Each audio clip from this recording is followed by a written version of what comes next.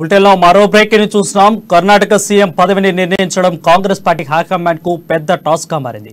ఇవాళ ఉదయం బెంగళూరు నుంచి ఢిల్లీకి బయలుదేరిన డీకే శివకుమార్ కాసేపటి క్రితమే హస్తినాకు చేరుకున్నారు.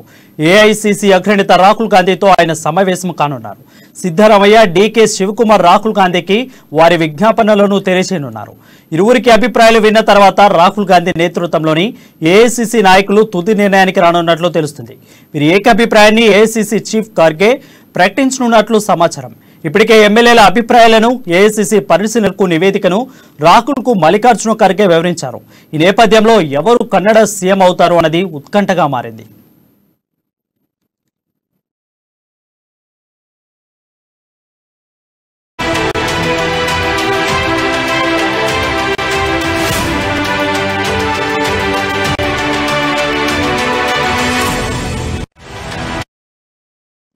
కర్ణాటక సీఎం పదవిని నిర్ణయించడం కాంగ్రెస్ పార్టీ హైకమాండ్ కు పెద్ద టాస్క్ గా మారింది. ఇవాళ ఉదయం బెంగళూరు నుంచి ఢిల్లీకి బయలుదేరిన శివకుమార్, డీకే శివకుమార్ కాసేపటి క్రితమే హస్తినాకు చేరుకున్నారు. దీనిపై మరింత సమాచారం మా బ్యూరో చీఫ్ కృష్ణమూర్తి అందిస్తాడు. కృష్ణమూర్తి, చెప్పండి. Thank you Varun.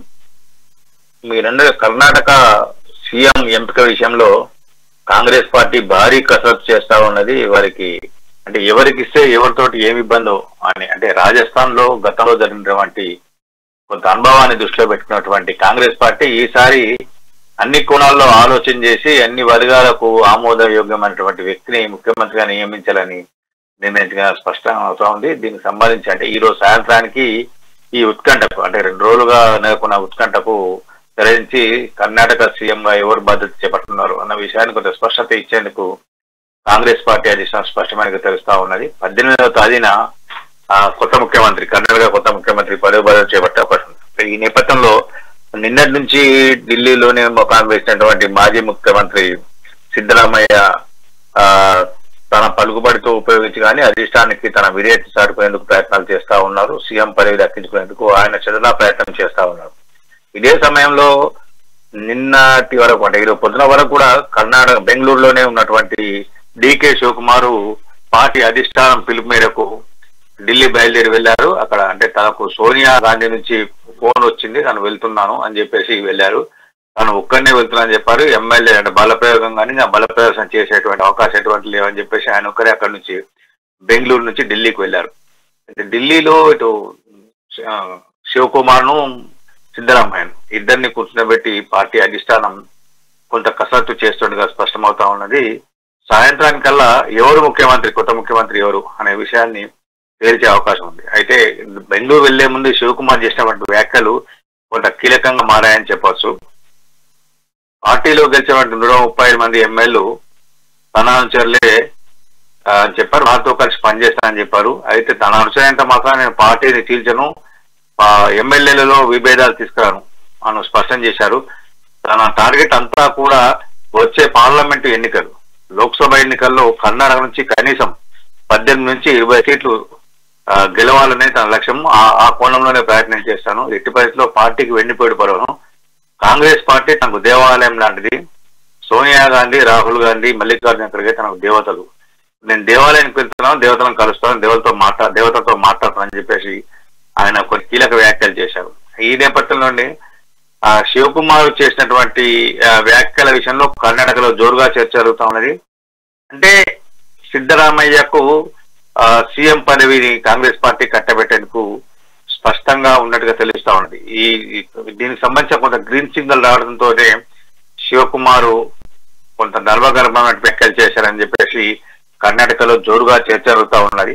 ముఖ్యంగా చూస్తుంటే శివకుమారు మొదటి నుంచి కూడా పార్టీ విధేయుడిగా పనిచేస్తున్నాడు. ఎన్నో సందర్భాలలో పార్టీకి క్లిష్ట సమయంలో కొంత సేవలు అందించారు.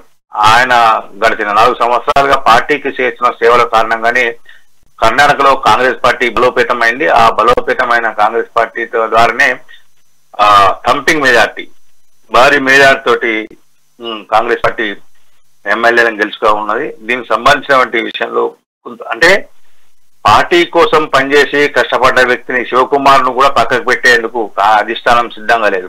ఆయనకు సరైన సమయంలో సరైన పదవి కట్టబెట్టాలన్న ఉద్దేశంతో పార్టీ అధిష్టానం ఇదే విషయంలో కొంత శివకుమార్ ను ఒప్పించి సిద్ధరామయ్యకు పట్టం కట్టేందుకు కాంగ్రెస్ పార్టీ అధిష్టానం సన్నద్ధంగా ఉన్నట్టు మనకున్న సమాచారం. ఏదేమైనా ఈరోజు సాయంత్రానికి ఎవరు కర్ణాటక ముఖ్యమంత్రి కాబోతున్నారు, ఎవరు 18వ తేదీన ఎవరు ప్రమాణ స్వీకారం చేయబోతున్నారు అనే విషయంలో కొంత స్పష్టత వచ్చే అవకాశం ఉంది. వరుణ్,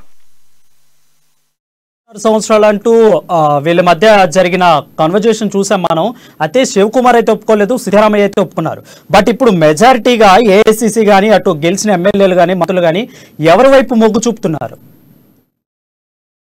ప్రస్తుతం పార్టీ దేశవ్యాప్తంగా కానీ కర్ణాటకలో కొంత పార్టీ పరిస్థితి మెరుగైనప్పుడు దేశవ్యాప్తంగా కాంగ్రెస్ పార్టీ పరిస్థితి కొంత దీనస్థితిలోనే ఉందని చెప్పొచ్చు. అయితే శివకుమార్ కు కర్ణాటక ముఖ్యమంత్రి బాధ్యతలు కట్టబెట్టి కర్ణాటకే పరిమితం చేస్తే అక్కడి వరకే కాంగ్రెస్ పార్టీ పరిమితం అయ్యే అవకాశం ఉన్నాయి. కాబట్టి శివకుమార్ గతంలో పార్టీకి అందించిన సేవను దృష్టిలో పెట్టుకొని ఆయన దేశవ్యాప్తంగా అంటే పార్టీ ఎక్కడైతే బలహీనంగా ఉందో అక్కడ అంటే ఈ కర్ణాటక ఎన్నికల తర్వాత రాబోయే తెలంగాణ ఎన్నికలు, తెలంగాణతో కూడా డీకే శివకుమార్ కొంత సత్సంబంధాలు ఉన్నాయి. నాయకులతో కానీ కేడర్తో కానీ కొంత ఆయనకు పరిచయాలు ఉన్నాయి. అయితే ఈ తెలంగాణ ఎన్నికల నేపథ్యంలో డీకే శివకుమార్ కు తెలంగాణ ఎన్నికల బాధ్యతను అప్పచెప్పి ఇక్కడ పిసిసి అధ్యక్షుడు రేవంత్ రెడ్డి కూడా శివకుమార్ సన్నిహితుడు, మిత్రులు, వీళ్ళు కూడా మిత్రులే. కాబట్టి రేవంత్ రెడ్డికి తోడుగా శివకుమార్ ను కూడా ఎన్నికలకు ఇక్కడ బాధ్యతల కట్టబెడితే తెలంగాణలో పార్టీని అధికారం తీసుకురావచ్చు.